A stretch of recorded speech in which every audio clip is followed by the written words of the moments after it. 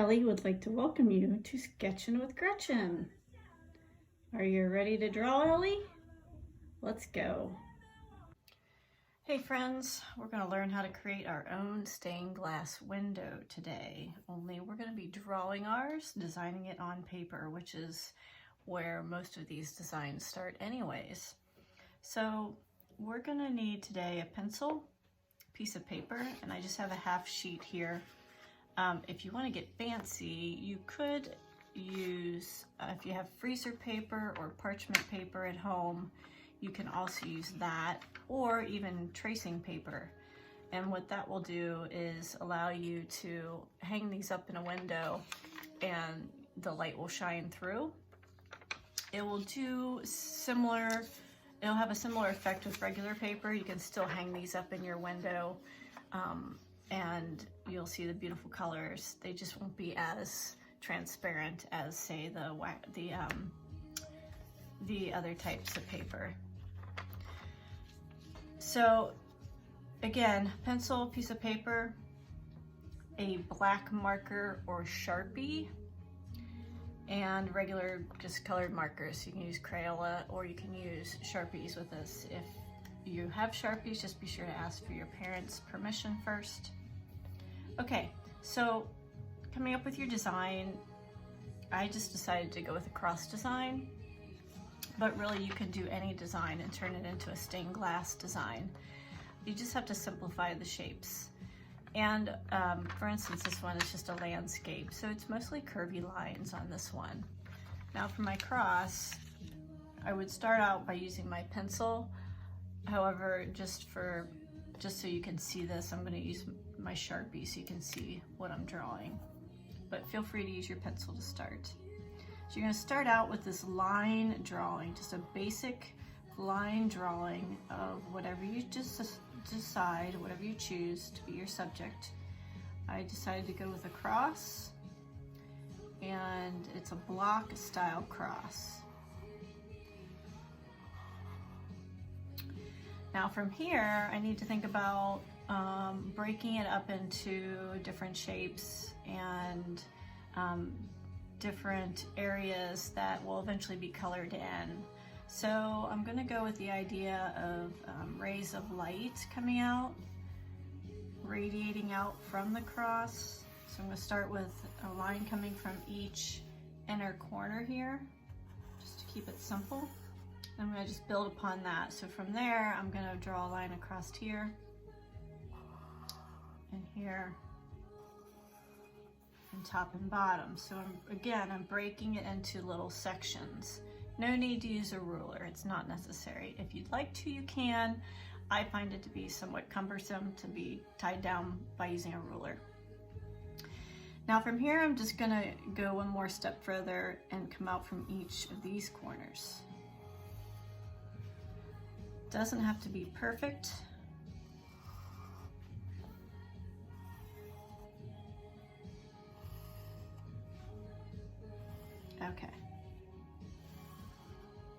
Okay, now I want to break up each of these sections to make them smaller, to make smaller sections inside. So just randomly, I'm going to start here and draw a line down.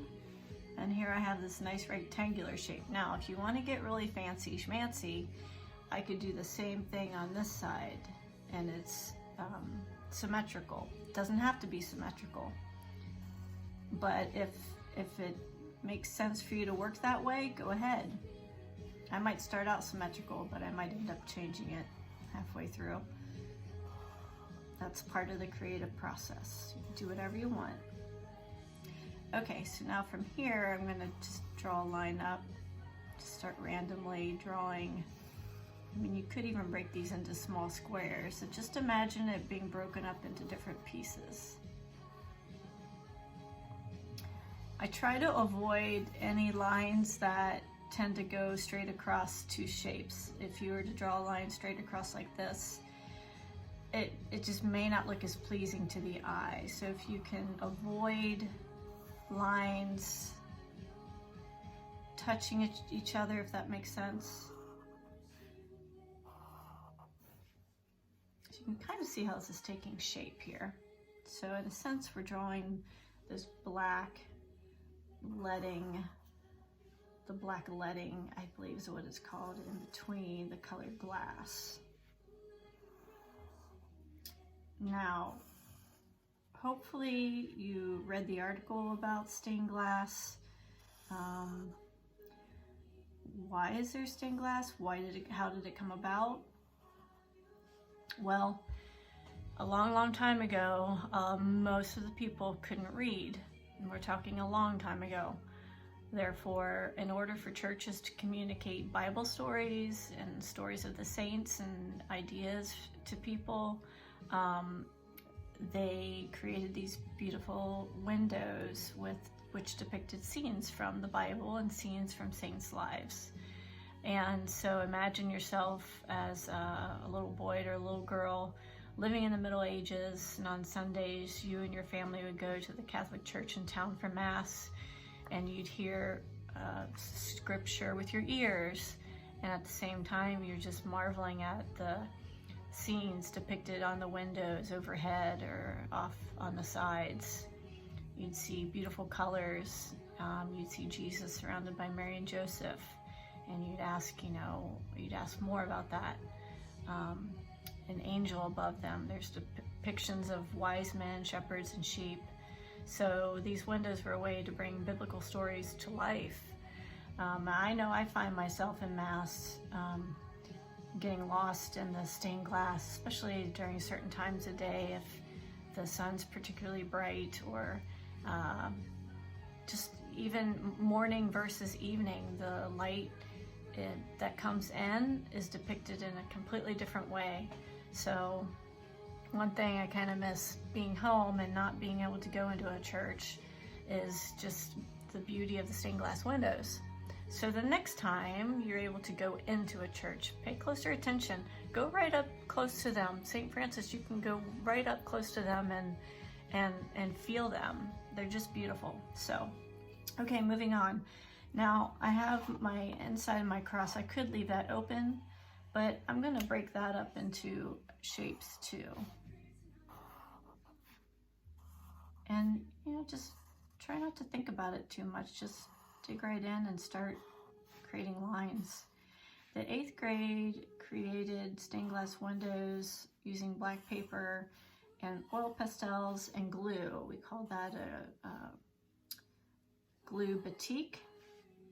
And they created some amazing stuff. Now you guys will feel like you're doing this all over again, only you're just drawing it. But we're just keeping things simple for you, doing things you already know, doing things that might be new, trying things a little bit different. Maybe you have a different supply you want to use. You can color this with crayon. You can color this with colored pencils. But again, I'm gonna use my markers today. Okay, so now I'm ready to color. And you have lots of choices in coloring. You can just go totally random. What I'm going to recommend is if you have a shape that you're depicting on this, you're going to want to keep that similar colors. So this could all be different shades of brown. We could do all different shades of red.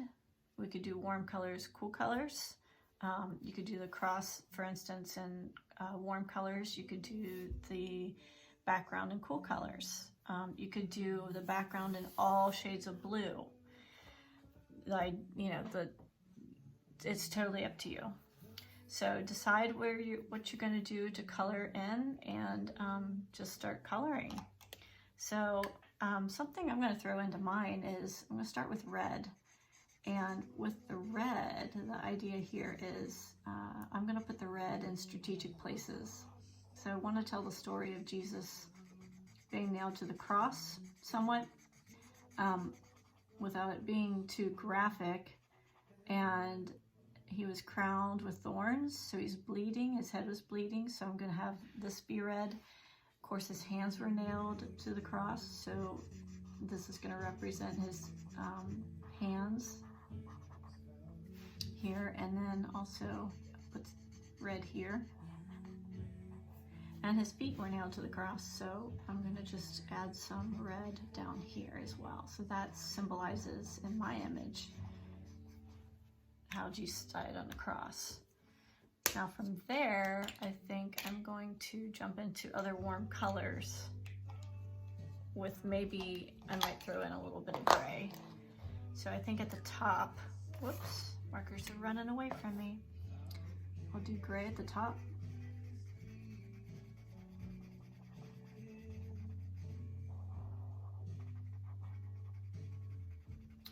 And I might even do gray at the bottom here.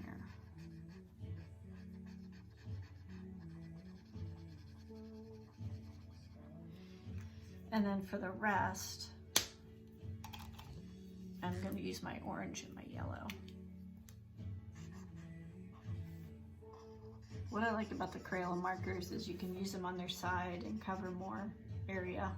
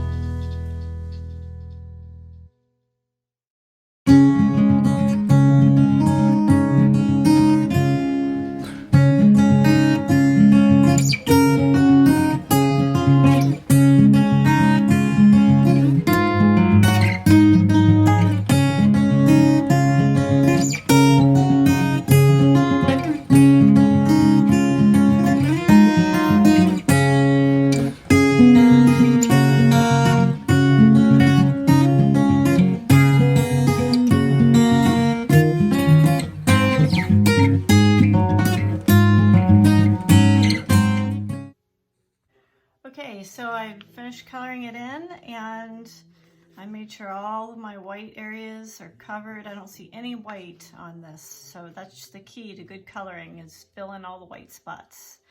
Now I encourage you, is if you can and with your parents' permission, to hang this in a front window, hang it in a front door if you have glass in your door, face out so that people walking by, because lots of families are taking walks and using that time to be together and get some exercise. So go ahead and put those up in your windows so your neighbors can all enjoy them. Thanks for joining me today, and we'll see you soon.